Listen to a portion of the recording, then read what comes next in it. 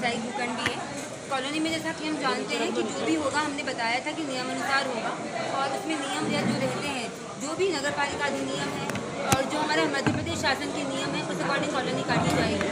इसमें हम जो EWS के जो प्लॉट्स होते हैं, LIG, MIG आरक्षित पर, और जो भी नियम का पालन करते हुए कॉलोनी काटी जाएगी। और व्यावसायिक भूखंड भी हम उसी प्रकार से काटना चाहते हैं, नियमों का पालन करते हुए, ताकि शहर में लगातार जो जनता की मांग थी उसको देखते हुए जो मध्यम वर्गीय परिवार है, गरीब परिवार है, जिनको भी आवश्यकता है अपने लिए व्यवसाय की, तो एक शहर का विकास जो होता है वो इस बात पे डिपेंड करता है कि जो रिक्त भूमियाँ पड़ी हैं जिन पे अतिक्रमण हो रहे हैं, और अगर हम उनको जनता के लिए समर्पित करके उनको सौगात देना चाह रहे हैं तो मैं नहीं समझ पा रही कि हम क्या गलत कर रहे हैं। आज दुख की बात यह है कि एक महिला, एक बेटी और एक बहू के ऊपर झूठा होने का भी इल्ज़ाम लगाया गया है। यहाँ पर लगातार मुझे अखबारों में जिनके वर्जन आते रहते हैं कि मैं कठपुतली हूँ, मैं अनपढ़ हूँ, मैं भूमाफिया हूँ, मैं ज़मीनें बेच के खा रही हूँ। तो मैं आज पूछती हूँ आप सबसे कि 2 साल के मेरे कार्यकाल में अगर एक भी इंच ज़मीन मुझे कोई बता दे कि मैंने कुछ ली हो या 1 रुपया भी किसी से लिया हो, अगर मेरे खिलाफ कोई भी एक बात प्रूव कर दे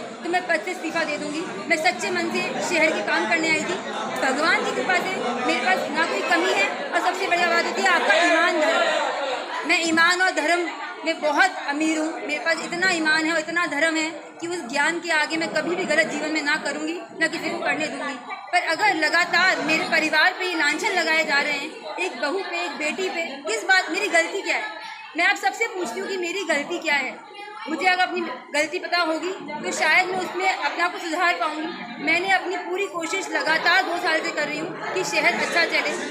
हर चीज़ को करने के लिए एक प्रक्रिया का पालन करना होता है। हम परिषद में भी आज इसी को लेकर आए, बिना नियम के हमने कोई कार्य नहीं किया, ना हम करेंगे। तो आप ये बताइए कि क्या पूरा शहर तमाशा देख रहा है और पूरे शहर में कोई ये बोलने वाला नहीं है कि एक बेटी पे, एक बहू पे, मैं भी किसी की बेटी हूँ, क्यों उल्टे सीधे इल्ज़ाम लगाए जा रहे हैं? मेरी गलती बताइए, मैंने क्या गलत किया है?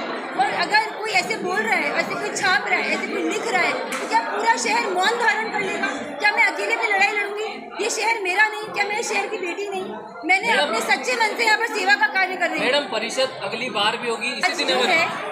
मैंने सबका मान सम्मान किया है। मैंने आज तक किसी के लिए एक शब्द अपशब्द नहीं बोला। वो मेरी मर्यादा है, वो मेरे संस्कार है। लेकिन अगर बात आत्मसम्मान की हो तो धर्म और शास्त्र ये बोलते हैं कि उसके लिए आपको जो लड़ाई लड़नी पड़े आपको लड़नी चाहिए।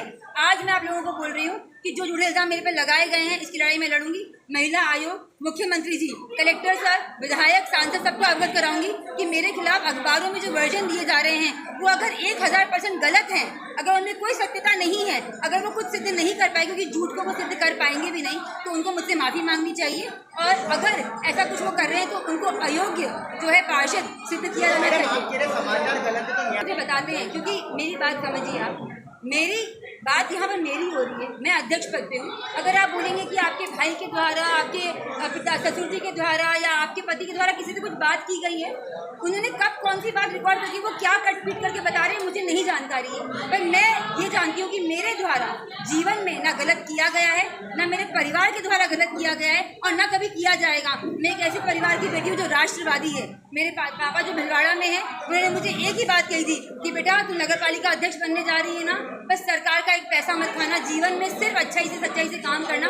और मैं अपनी बेटी को राष्ट्र में समर्पित करता हूँ। तो अगर ऐसे परवरिश से मैं आती हूँ और एक बच्ची के लिए, एक लड़की के लिए, एक बेटी के लिए, एक महिला के लिए अगर हम इस हद तक गिर सकते हैं झूठ बोलने में, तो मुझे लगता है कि ये आने वाली महिलाओं के लिए जो राजनीति में आना चाहती है, शहर के, देश के लिए काम करना चाहती है, ये लड़ाई मेरी उन महिलाओं को समर्पित होगी कि आप किसी भी महिला के साथ, क्योंकि सिर्फ वो महिला है, ये सोचकर लगातार अभद्र टिप्पणियाँ, कठपुतली, अनपढ़, भूमाफिया, भ्रष्टाचारी, झूठी, ऐसी लैंग्वेज आप अगर यूज कर रहे हैं एक अध्यक्ष के लिए, तो ये पूरे समाज का बहिष्कार है। मैडम, अभी आपने प्रस्ताव समझिए, ये सब कुछ नियम में होता है।